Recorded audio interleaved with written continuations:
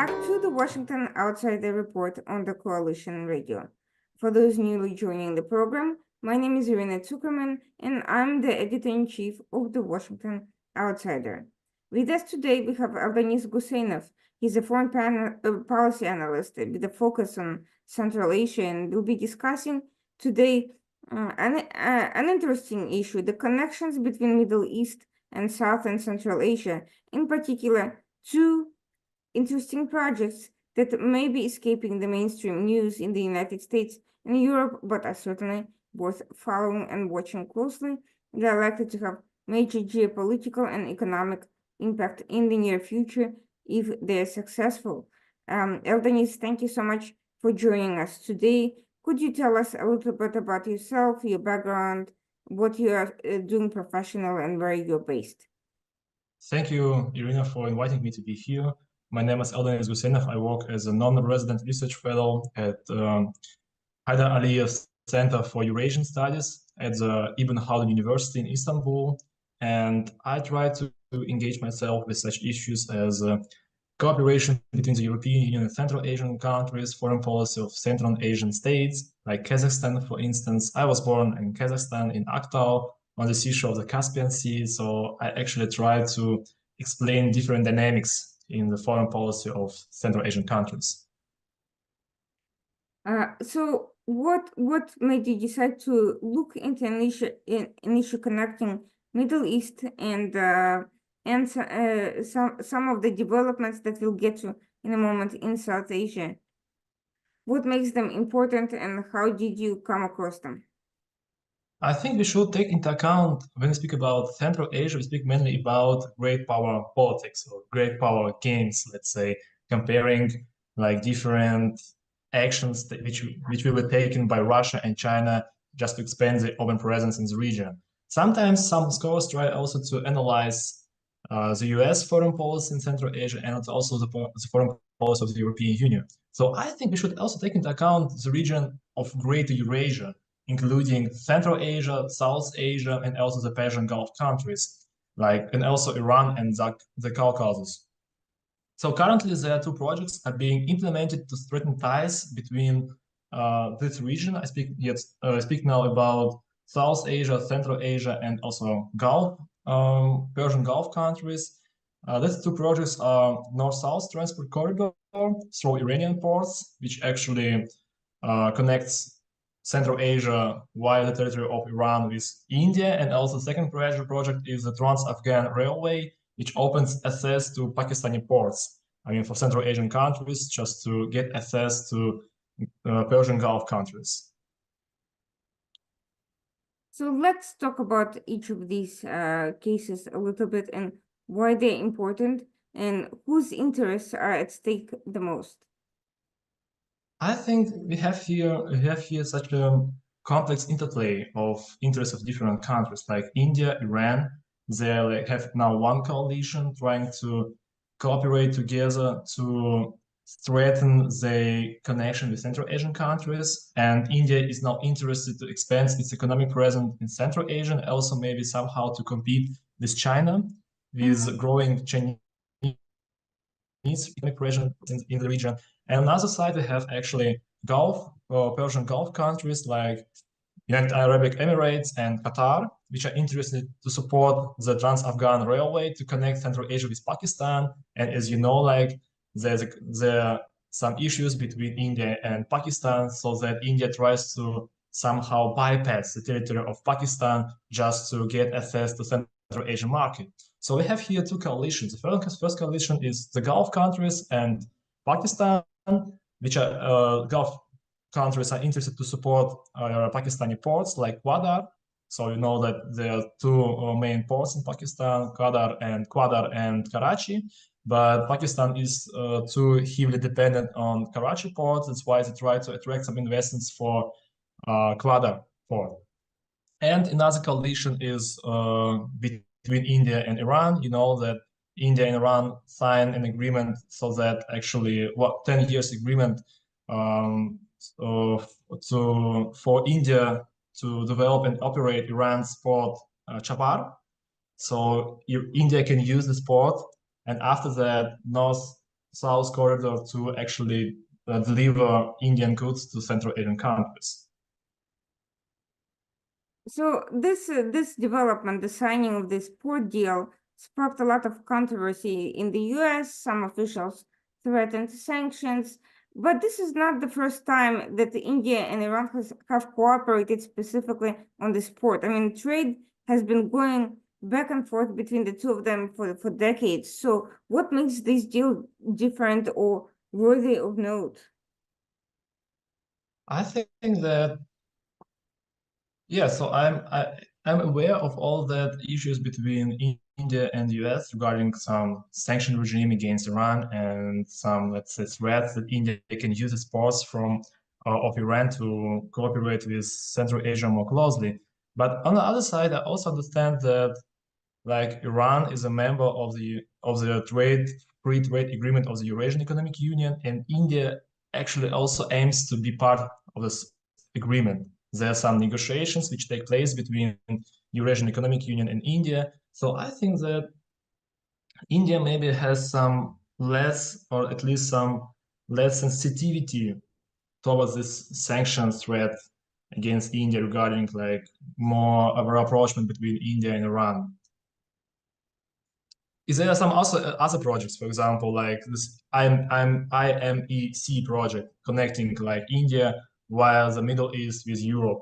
So I think that any, let's say, sanctions or let's say at least threats addressing against like a rapprochement between India and Iran could also influence development and implementation of the project between India and Europe, like connecting both regions, both, let's say, actors through the territory of the Middle East. So that brings us to a very interesting point, because this so-called Middle East corridor between Europe, India, and the Gulf countries has been under pressure due to the recent geopolitical tensions in the Middle East. To what extent has it been affected, and to what extent do you see India's new Iran project, the Chabahar port endeavor, as an alternative to its own economic interest while that situation is getting resolved? I think that India also understands that it's important to diversify trade routes. So regarding all the conflicts which take place between, let's say, Israel and Palestine, and it has a huge effect on the implementation of this IMEC project between India and Europe. Another thing is that you have also like some tensions between Iran and Israel, so that you should somehow balance between both projects and understand that on the both sides you have some different risks of implementation of these projects. But I think India also understands that it still benefits to cooperate with both sides. I mean, like to still have some negotiations with Iran regarding the Chabad port, and on the other side, still trying to realize this corridor between Europe and India. And also, like, there are some prognosis and also some foresight that Indian economy will be growing further, so that they need actually expand the like markets for the export. So they have already signed this agreement between Iran and India. I think that also India will become member of the free trade zone between Eurasian Economic Union and India. So I think expansion of Indian presence in Central Asia is just a question of time. So in Central Asia. Regarding the IMEC, to what extent has that been is that already a reality, and to what extent is just a paper agreement that hasn't yet materialized due to geopolitical conditions? For me, it's a bit difficult to evaluate it correctly, but I will try to do my best. So, with it actually taking into account the last visit of Chinese President Xi Jinping to Europe and its actually his negotiations with French President Macron, they signed a declaration where both leaders criticized like upcoming, like ongoing, let's say, offensive operation in Rafah in Palestine. And also there were some other European countries which recognized Palestine as an independent country. So I think one of the days the war in Palestine, I mean in Gaza, will be ended, and actually, I mean, it will maybe happen this year or next year, and Europe and India will continue cooperating to implement this project. I mean, IMEC. So I think still it will be. I think it will be realized, implemented. But currently, it's not actually logistically possible to carry it out. I think like you can still using some other countries to organize it. I mean, here you have also some other issue. I mean, the conflict between Iran and Israel. So since both countries don't have a common border, they will also use some other means to somehow, let's say, to expand conflict between both sides. I mean, like somehow to have some disputes. So like the first time it was using some drones to attack each other. I think next time it can be also somehow blocking some straits, almost strait, for example, or having some actions on the sea. So in this regard, yes, so we should also understand that logistically it's possible, but they have always some political issues which also hinder or which also like create some obstacles to realize all these projects. So that's why, as I told, India, I think, tries to diversify. So using Port Chaba, but still like having some ambitions to implement the project between Europe and India, with so-called IMEC. So that brings me to another point, which is Iran and China's role in all of this. As you mentioned earlier, India is facing some competition between with China in the Middle East in particular, and Iran, on the other hand, has very close and growing relations with China, although it's got a pretty good trade relations with India, but they've also had tensions. Iran, for instance, attacked an Indian a ship off the coast of India in the last few months, and there's been some other related tensions. So how does this strange relationship where Iran is trying to cooperate with both countries, but those both countries are at odds with each other, and India's relationship with Iran is not always smooth. How is that, in your opinion, going to impact this effort? I think Iran is still less dependent on China, like than Pakistan, and having in mind this Pakistan economic corridor, which goes like which connects China with Pakistan ports. And another issue is that you have like Iran, which tries somehow like widen its horizon, so like having more partners, like Shanghai Cooperation Organization or Eurasian Economic Union, trying to deepen its ties with also Central Asian countries, also with Kazakhstan, or having like gas transport from Turkmenistan to Azerbaijan, having this deal with both partners. So I think in this regard, Iran still tries to have a balance in its relations with China, and nowadays, like in the light of the crisis, it has best opportunities to do that. So to have more close ties with Russia, have more close ties with Central Asian countries, and also with India. So nevertheless, I think growing dependence between Iran and India will have also its own implication on the conflict potential between both partners. So like the more dependent they will be, the less conflict both partners will have, from my point of view. And I think that Central Asia is still here such a game changer, like this, which I describe as competition for implementation of different transport corridors plays here a huge role to deepen ties between Iran and India. Without that, I think maybe further conflicts would persist. So that brings me to another point, and you're making very interesting points about regional diplomacy, but I'll get to that. I actually wanted to go back to what you mentioned about the Eurasian Economic Union and India's potentially expanding role and a potential free trade with that. To what extent do you think such a development would disrupt the current geopolitical influences we are seeing in Central Asia? And to what extent would it be complementary or just focused on entirely different issues from the current set of actors? Russia, in terms of particularly, mining interests, sanctions, evasion, China, infrastructural and economic development, of course, Turkey on a more cultural level? I think it actually depends on different countries. So we have only two Central Asian countries in the Eurasian Economic Union. These are Kazakhstan and Kyrgyzstan.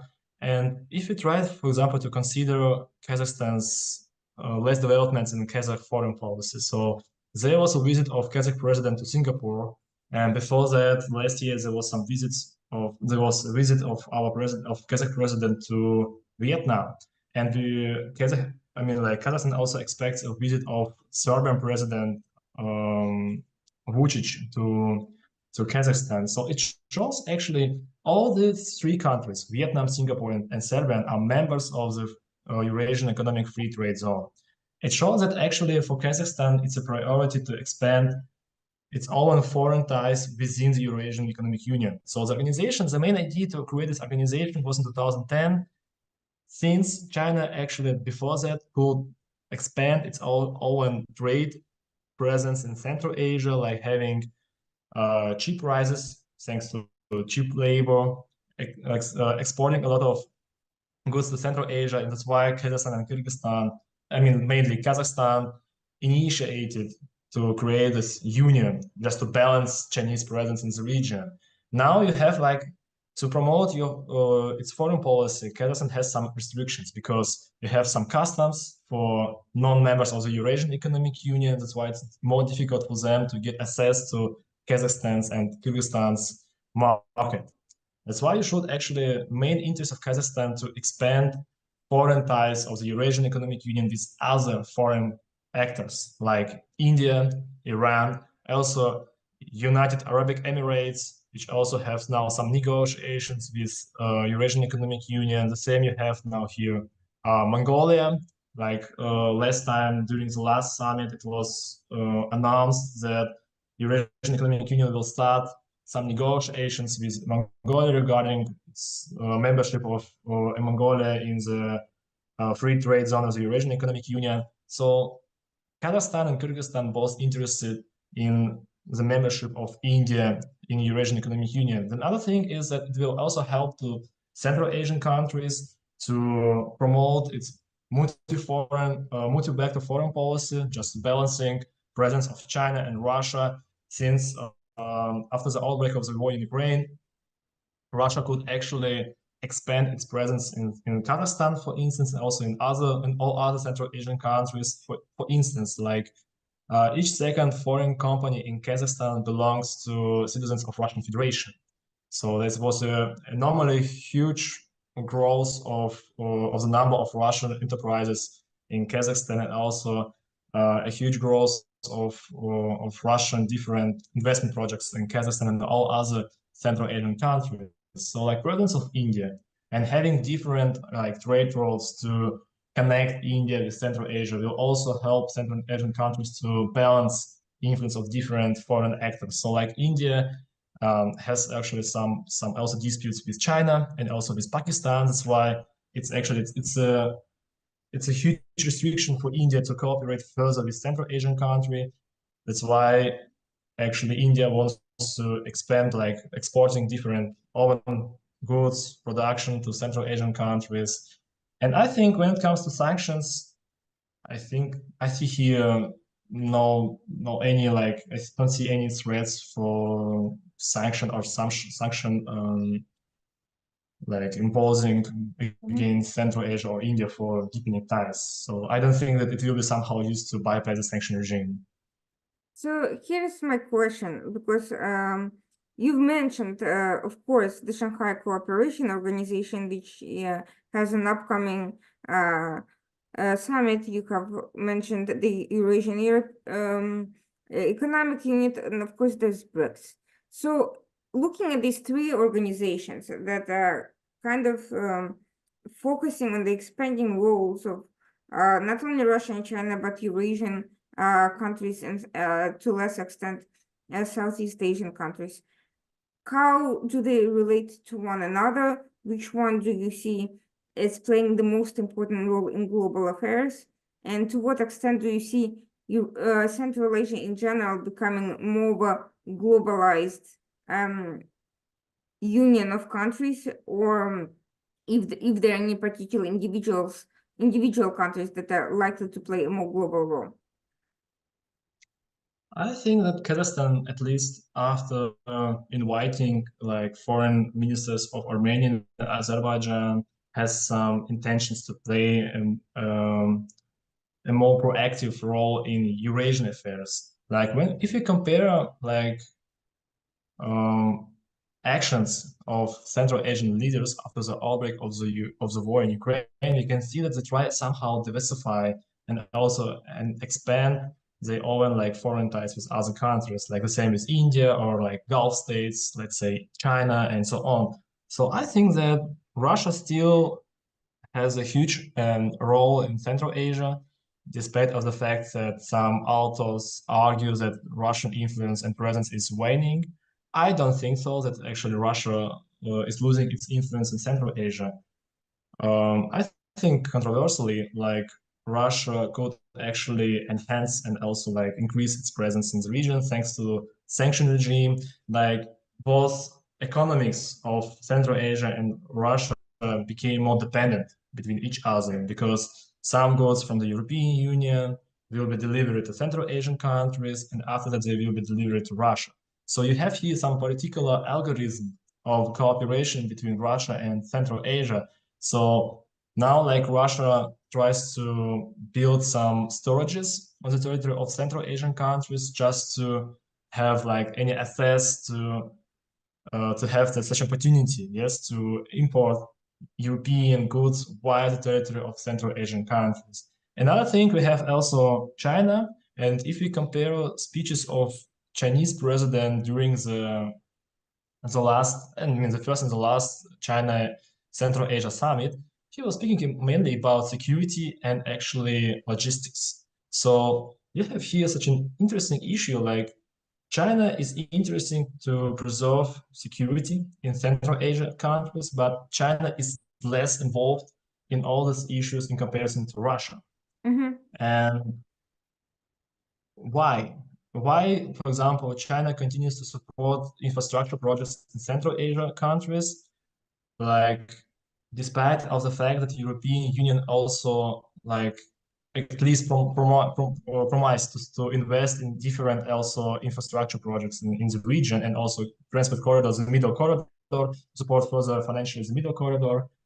I think that China also understands, or let's say, or perceives some threats from, let's say, from the US, or like from the ongoing issues between China and Taiwan, that actually Chinese connection with world, with like with another parts of Eurasia or with Africa can be restricted.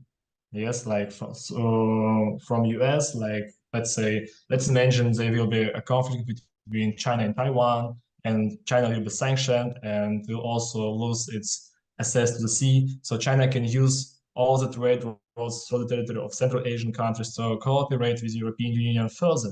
The same with the European Union. I mean, like Europeans also understand that there's particular possibility of worsening relations between China and US over the Taiwan, and that the trade relations can actually restrictions can also take place when something could happen between China and Taiwan. And despite of it, they still are keen to support financially infrastructure projects in Central Asia. I mean, for what? Just to, in such a case, to cooperate with China through the territory of Central Asian countries further.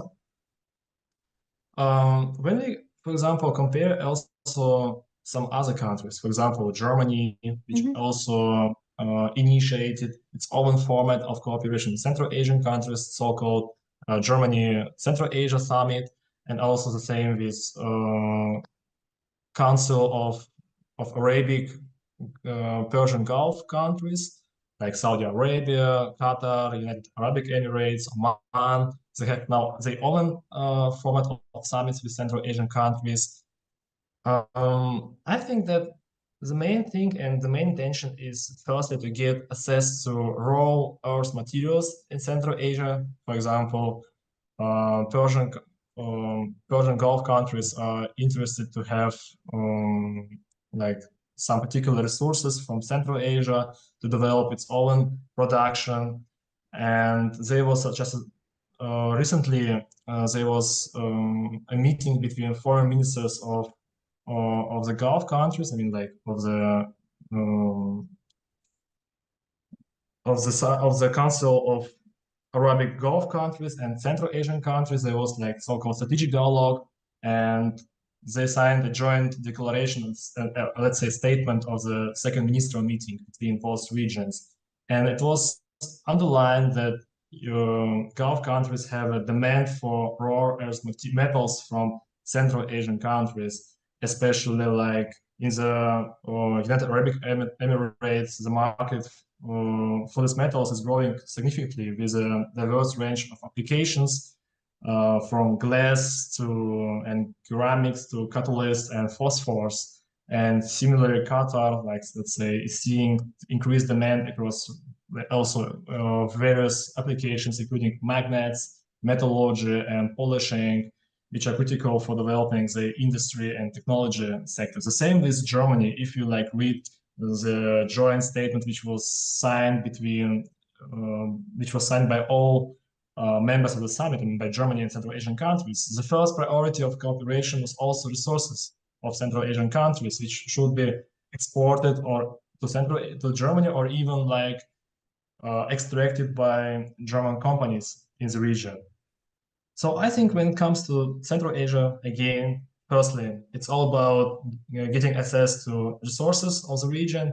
Secondly, it's more about to expand its open economic presence and to compete with other foreign actors to keep its open presence. I mean, like China can also compete with the European Union when it comes to implementation of different transport corridors in the region. The same, the Gulf countries, Japan, also an important actor here, and also European Union can also somehow maybe compete between each other to get access to different raw earth metals in the region. But getting back to an earlier part of the question about the three organizations that are playing this sort of a trade, economic role, Shanghai Cooperation Organization, the Eurasian Economic Union, and BRICS, which sort of to some extent also intersect with security and defense ambitions of the member states. Which one do you see playing the greatest role? Which one, and how do they relate to each other at the current stage? Let me start with your second part of your question. So there's such a strategy which is called dovetailing effect in the foreign policy of Central Asian countries. So they try somehow to dovetail different integration projects in Central Asia to maybe decrease, let's say, one-sided influence of Russia and China in the region. So the main intention is to intersect interests of the main players in Central Asia countries to be less dependent either on China or on Russia. So how it works? For instance, you have like middle corridor, which is actually a game changer when it comes to intersection of interests of China, Russia, even like US or any other, Turkey as well, any other major players in the region. So how could the interests intersect? European Union wants to cooperate with Russia, but European Union, I mean, like not European Union politically, but let's say some economic entities from the European Union want to cooperate with Russia, but they cannot do it directly. So that is just should export their goods through the territory of Central Asian countries. The same Russia does. Russia uses the territory of Central Asian countries to cooperate with the European Union further, as well as like exporting gas and oil using the system of swap, like exporting its own gas and other energy resources to Central Asian countries for their own needs, so that Central Asian countries could actually also export their own energy resources to the European Union, having like more energy resources, like thanks to using Russian energy resources for its own domestic needs.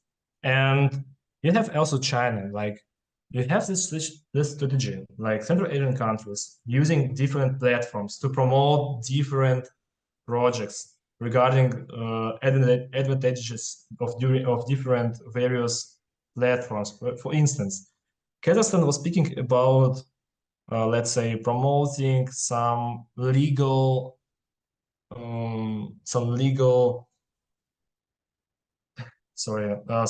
issues. Yes, to promoting not legal issues, but promoting some internet or, like, let's say, online custom services within the organization of Turkic states, so that actually a cargo like TIR is also a system which actually digitalize custom procedures, so that a cargo from, let's say, from Kazakhstan could cross the border with Azerbaijan faster, and also the border, like the border of the custom barriers, to decrease some custom barriers when it comes to procedures of, like, checking some cargoes from Kazakhstan on the border between, let's say, Georgia and Turkey. Another thing is that Kazakhstan tried to promote any other projects during the summit between European Union and Central Asian countries, asking for any financial support. Another thing is with China, like promoting some dry ports on the border, or to expand the number of dry ports or storages, so that actually China could use more the territory of Kazakhstan or other Central Asian countries to trade more with European Union. And regarding this issue, Kazakhstan could also increase its own, let's say, significance towards China and the European Union, and also in international affairs. So I think, like, the main strategy is just to intersect interests of different foreign actors in Central Asia. And so that actually Central Asian countries could also increase their own agency, like being more influential and promoting their own interests towards all these major players. Another issue is actually regarding your first part of your question about presence and also influence of different organizations like Eurasian Economic Union or Shanghai Cooperation Organization or BRICS. I think that the most influential for Kazakhstan and Kyrgyzstan is Eurasian Economic Union. When it comes to all other Central Asian countries, I think that the second place, Commonwealth of Independent States, will take, because, like, you have some legal obligations within both organizations. Within Eurasian Economic Union, because you have some supranational institutes like Eurasian Economic Commission, which also can make some decisions which are obligatory for all members of the Eurasian Economic Union. And another institution and organization like Commonwealth of Independent States has also its own legal obligations. Like, there's an agreement of free trade agreement free trade zone, and Uzbekistan and Tajikistan are members of this free trade zone within the Commonwealth of Independent States. Actually, as far as I know, to a particular extent, Ukraine and Moldova are also still members of this agreement. They haven't, like, left this agreement yet. Maybe we'll do that in the future. And I think the third priority, I mean, like, the third place, Shanghai Cooperation Organization will take the third place when it comes to influence in Central Asia, because all members of Central Asia are members of this organization. And also, Turkmenistan occasionally takes also part in different summits of this organization, also speaking about some security threats and issues in the region. And that's fascinating. And that brings me, of course, to the converse of the situation, which is Pakistan and its role in the Afghan railway that you mentioned earlier. So let's look more into that. How would it disrupt the current situation? Who has the most stake in it? And how do you see it competing or complementing the India-backed project? Wow, it's amazing. It's a good question. Thanks a lot for that. I think when it comes to different trade routes, I mean, let's say trade corridors, yes, transit corridors which connect Central Asia with different actors of Eurasian continent. We should speak here about like duration of realizing of implementation of this project. So when it comes to Trans-Afghanian railway project, as far as I know, there are some Uzbek experts on the territory of Afghanistan who should estimate technically implementation and costs of this project, so that they could actually also attract some foreign investments. And as far as I know, potential investors could be Qatar and United Arab Emirates. Central Asian countries, together with Afghanistan and Pakistan, try to try to speak with Russia so that Russia also invests in this project. Russia was actually interested in supporting this project before the terrorist terroristic attack in Moscow. After that, I think relations between Russia and Afghanistan changed, and now we have some signs that Russia is less interested to support any trans-Afghan projects. So, I mean, a week after the terroristic attack in Moscow, there was a meeting between Putin and Aliyev. Aliyev visited Moscow, and both leaders agreed to support the so-called North-South corridor further, and Russia actually is also interested to support financially some different parts of this road which have not been constructed yet. We cannot see any signs that Russia will support financially the Trans-Afghan railway. Another thing is that we have here another project between Pakistan and also Gulf countries. So Central Asian countries can use this Trans-Afghan railroad to get access to Pakistan ports. So Pakistan will benefit from that. All Central Asian countries will also benefit from that, and Afghanistan as well, and also Gulf countries. The thing is that implementation of this project is at stake because of some conflicts between Afghanistan and Pakistan. As far as I know, there are some issues that sometimes Afghan cargoes cannot cross the border between Afghanistan and Pakistan because sometimes Pakistani side closes the border between Afghanistan and Pakistan. So that actually Afghans have to reorient the trade road through the territory of Iran, and after that using Iranian ports to trade with, let's say, Gulf countries or also with India. So this issue is actually quite influential when it comes to the implementation of this project, and also some investors raise this question like, will Pakistan further somehow, let's say, restrict trade between Afghanistan and Pakistan, or somehow restrict access for cargoes coming from Central Asia or from Afghanistan to Pakistani ports. And we have here another project, yeah? So like the main competing element in this thing is how to attract attention of Russian Federation to support either the project through the territory of Afghanistan or the project through the territory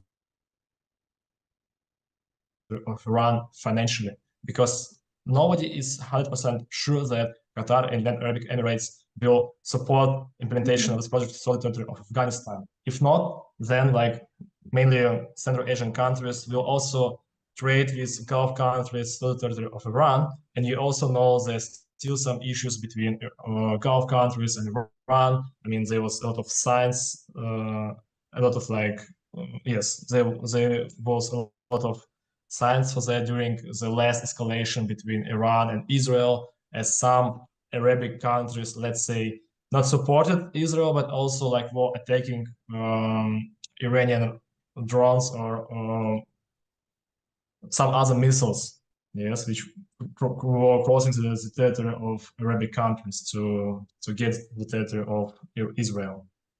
So that actually, I think also Gulf countries intend to bypass the territory of Iran and to cooperate with Central Asian countries through the territory of Pakistan. Oh, it was, I think, a bit complicated. No, but here is a well, not a true question, but A bit of a provocative question. China has been one of the main supporters of infrastructure in Pakistan and one of the leading investors in the Pakistan economy. At the same time, Pakistan owes it $15 billion in energy debt. How do you think China playing out in terms of China's role in terms of supporting or not supporting this railway project? Is anyone considering China rather than Russia as a potential investor? They try to consider China as a potential investor, but as you know, like China is less interested to have this corridor. China borders with Afghanistan, and they try to use this Wahal corridor. Like this is like a corridor which also connects China with Afghanistan and also with Iran, so that actually China has less intentions to support this corridor through the territory of Afghanistan financially. Like it's okay that now Central Asian countries will have access to Pakistan economic corridor, which was heavily supported by China, but for China itself, there are no benefits to support this Trans-Afghan railroads. So mainly major players who can support it financially and also in terms of security, Russia and Gulf countries. Or like Central Asian countries should finance it, subsidize it themselves, like finding any means to support it financially.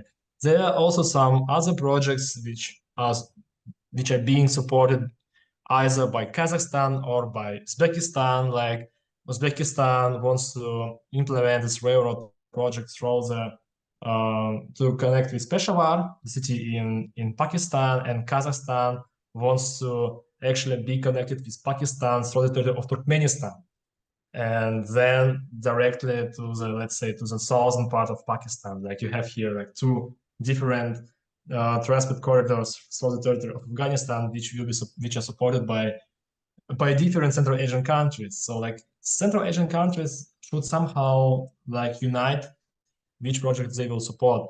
There's another like good example, I think, brilliant example. Pakistan and Turkmenistan also agreed that they will implement financially the project so-called TIPE, the pipeline, which will connect Turkmenistan with Pakistan and India through the territory of Afghanistan themselves. So they will invest their own money to implement this project. I think it's maybe even like more expensive to realize to implement this project rather than the project to construct the so-called railroad, yes, for Afghanistan. But nevertheless, Turkmenistan and Pakistan decided that they will do that themselves. And as far as I know, there are some, as of March 15, there are some Turkmen constructors who are on the territory of Afghanistan who try to actually build this pipeline, which will connect Turkmenistan and Pakistan through the territory of Afghanistan and will enable for Turkmenistan to export its gas to Pakistan and maybe also to India. So does India in fact prefer the TAPI project? Does it feel threatened by the railway issue? And do you think it would go as far as working with Afghanistan to prevent the railway from happening? Sorry, could you repeat your question? I mean, which actor were you mentioning? India. India. Yeah, Yes. does it prefer TAPI to the railway through Pakistan? And would it go so far to work with Afghanistan to block the railway from happening if it sees it as a threat to its own economic projects? This is quite an important question. So during some of expert discussions, they were also mentioning that Russia should also still play some, like, to still should preserve security, yes, for implementation of this project, like TAPI and also for the Trans-Afghan railroad, because as investors could be less interested to support any projects without any security or at least insurance, yes, to invest in railway or in pipeline construction. That's why they also try to interact, as I told you, attention of Russia, and also like to cooperate with Russia more to provide any security in the implementation of these projects. And another thing is that India is less interested in the implementation of the Trans-Afghan railway because it has now its own trade corridor to transport corridor to cooperate with Central Asia, like using Chabar port to export Indian goods to Central Asian countries. And another thing is about the pipeline. So India is interested in it. And the strategy of Central Asian countries actually have here a lot of different issues which you should keep in mind. Like Afghanistan tries to construct its own canal, so-called Kushtepa. And if Afghanistan will finally finish constructing this Kushtepa project, it's a huge threat for water security of Turkmenistan and of Uzbekistan, because Taliban is constructing this canal on the Amur Darya River, which also goes to the territory of Turkmenistan and Uzbekistan, and is heavily important for both countries because they use it just to, for their own agriculture in Uzbekistan and Turkmenistan. And if Taliban will use it, they will use more water from Amur Darya, thanks to its own canal. Turkmenistan and Uzbekistan will get less water. We have now some water crisis in the region because of the climate changes. And let's imagine the strategy of Central Asian countries towards Afghanistan. You cannot actually somehow, to a particular extent, influence Afghanistan military by using any military means. So you should somehow increase interdependence between Central Asia and Afghanistan, so that you should, Central Asian countries, try to promote different projects like CASA, exporting electricity to Afghanistan and also Pakistan from Tajikistan or from Uzbekistan through the territory of Afghanistan. And also these projects like TAPI pipeline and also Trans-Afghan Railway should also increase independence of Afghanistan from Central Asian countries, so that they could also influence internal decisions of Afghanistan to construct this canal. This is the main strategy of Central Asian countries. And the thing is that I think that Central Asian countries don't understand it correctly, that Afghanistan can also influence Central Asian countries by using these projects. So by closing the border or by closing the transit of Turkmen gas to Pakistan.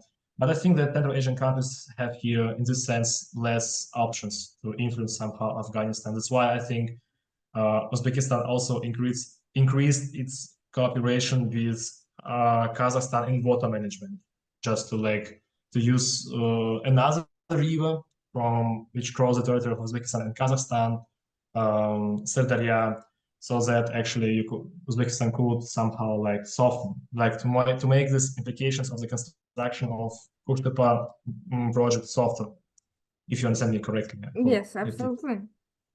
But that also brings us to look at the big picture, which seems to me that right now India's projects seem to be meeting with somewhat fewer obstacles for the time being than the Pakistan railway project, which seems speculative due to the various competing interests and also proliferation of competing projects, all of which require funding. So we are also seeing that the Gulf states are trying to diversify their own interests, just as India and Pakistan are looking to create their own options. Qatar and UAE in particular are looking to have a diversity of logistical and transportation and economic pathways. But at the end of the day, despite cooperation on some of these general interests, these two countries are also competing with each other. How do you see that playing out in terms of trying to manage these various economic projects? Well, I think that it will actually, I think competition between these two blocks, let's say, between these two coalitions, India and Iran, and also Gulf countries and Pakistan, will take place into, let's say, not levels, but in two different dimensions. The first dimension is who will attract Russia's attention to implementation of this project. The second is about how fast will the sites implement this project. So like Central Asian countries will also like, if they understand that there's no support for the implementation of Trans-Afghan Railway, they'll just reorient their attention to the project for the territory of Iran to be more connected with Gulf countries and with India through the Iranian ports. Controversially, if there are any issues will take place between Israel and Iran, Central Asian countries will also use more like ports of Pakistan just to cooperate more. The only thing is that you have less resources to implement both projects. And the same like Gulf countries and also like India understand that they should also somehow cooperate together to to use less resources just to get access to Central Asia countries and also to somehow mitigate any risks like let's say conflicts between Iran and Pakistan or conflicts between Iran and Israel, so that in the best option could be that both projects will be implemented. But I think that this will be not the issue. I think I could understand your first question correctly. I hope. Well, my other question was Qatar and UAE are competing with each other as well in terms of dominance over these projects. So how do you think that's playing out? As I told you, as I have already mentioned today, we don't know who will support. I mean, we don't know certainly who will support the implementation of the projects through the territory of Afghanistan. I mean, this railroad, this Trans-Afghan railroad, and maybe there will be some sort of competition between United Arab Emirates and Qatar, who will get, I mean, this order, yes, just to construct this railroads to Afghanistan. Another important thing is that we should also observe who will support more financially Pakistani ports. As far as I know, yesterday or like maybe a week ago, United Arab Emirates and Pakistan agreed that Arabic Emirates will invest more money in different infrastructure projects in Pakistan.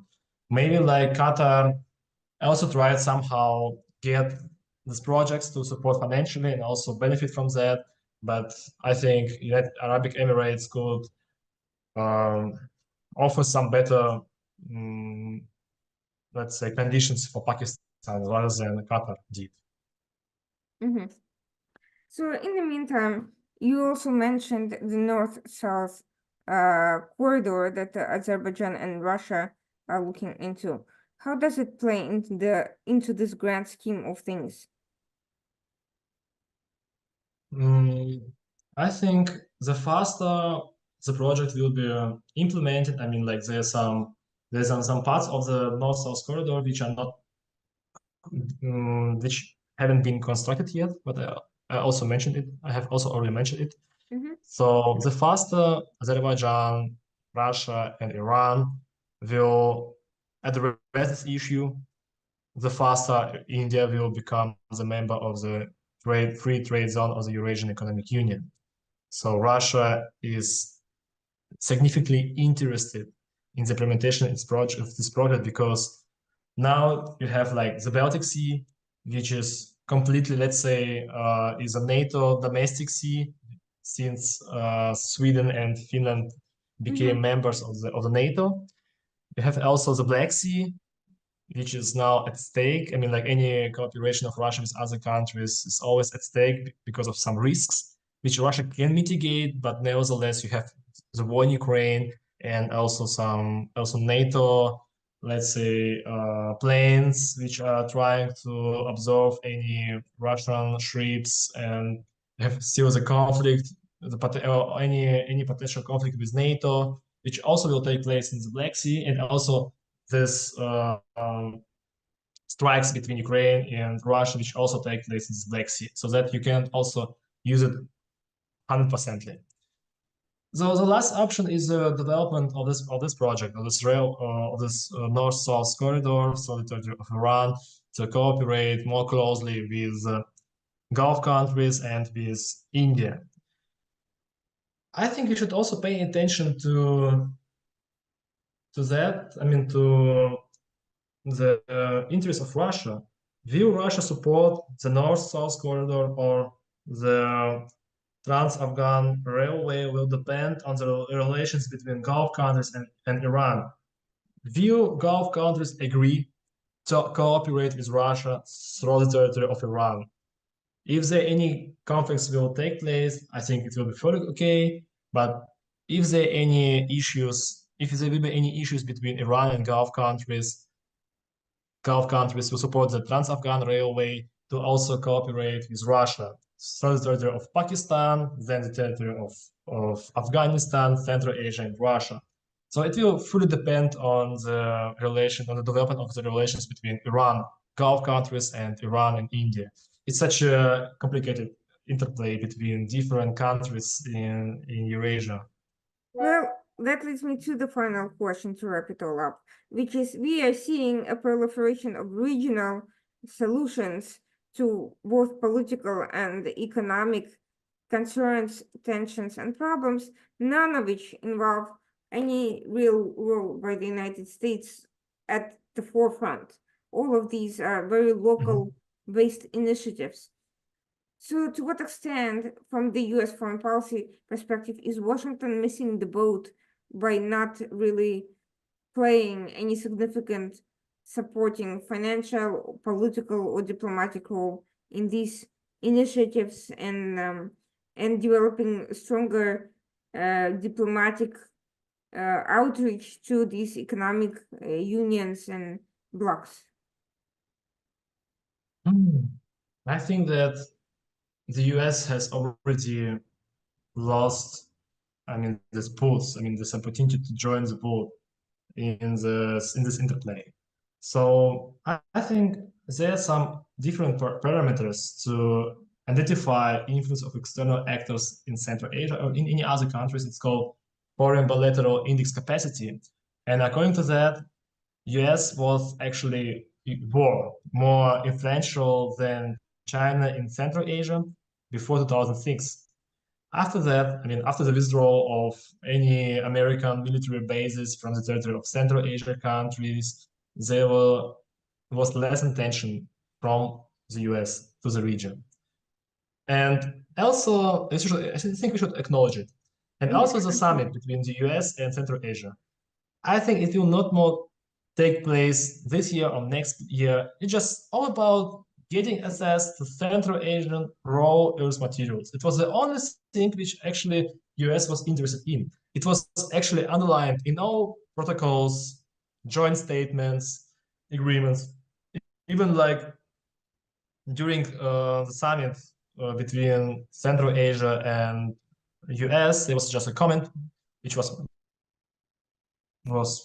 made by the president of the US. He also told that our first priority is a cooperation in extracting sources of Central Asian countries. How can US do that? Through the middle corridor. Why the US don't support implementation of the middle corridor financially?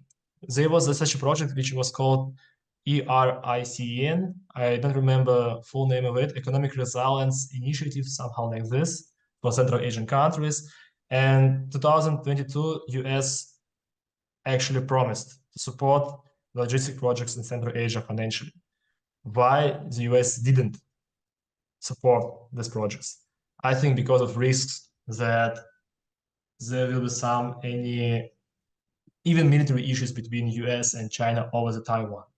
So why should US support any alternative trade corridors for China, bypassing this, let's say, see boycott or restrictions for China, or even sanctions to cooperate with Central Asia or with Europe further? Another thing that I think, yes, regarding this issue, regarding that US is only interested to extract raw earth materials from metals from Central Asia to decrease its own dependence on China, which also now is quite dominant in extraction of earth, raw earth metals.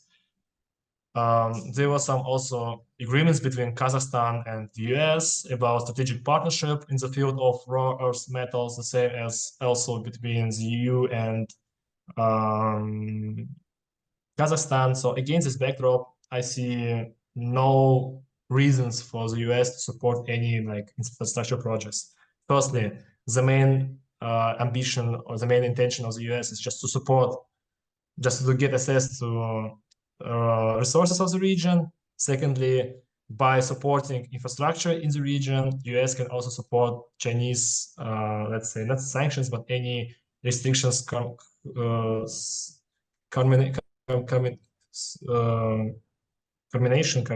I have forgot this word. Sorry. This just sanction to bypass any trade restrictions for China by using also this enhanced trade routes to cooperate with Central Asia or with any other Eurasian countries. So essentially, US is so concerned with the risk of actually enabling China through supporting any of these projects that it has written itself out, and now China is basically playing a role in some of them anyway. Yes. But without the US. Yeah, this is how it works. Yes. So as I told you, you can also like monitor any websites of the USAID or of any ministries of any American ministries. There were no infrastructure projects which were initiated by the US to support, let's say, transport infrastructure in Central Asia. Maybe via any other organizations like CAREC, there's such an organization which also supports implementation of infrastructure projects in Central Asia, or Asian Development Bank. But US promised support infrastructure through particular agencies like USAID, but not through the Asian Development Market, the bank, or any other institutions. So as I expected, there should be any support for the implementation of this project from the US side. I mean, like directly from US to invest in this different infrastructure projects. Well, that is certainly a sobering look at a very important and growingly and increasingly complicated geopolitical nexus of interests coming together: Middle East, South Asia, Central Asia, and how it impacts, of course, Europe, US, and the great power competition. But I think it was well worth the time to examine it, and thank you so much for your insights. And to everyone watching this program, we will continue bringing you complicated geopolitical situations that the mainstream media does not always cover in depth, because understanding is the first step to problem solving, and to innovation, and to better policies. We'll be back, of course, next week, Tuesday night at 9 p.m., the Washington Outsider Report on the Coalition Radio. And thanks for everyone who joined us tonight. Have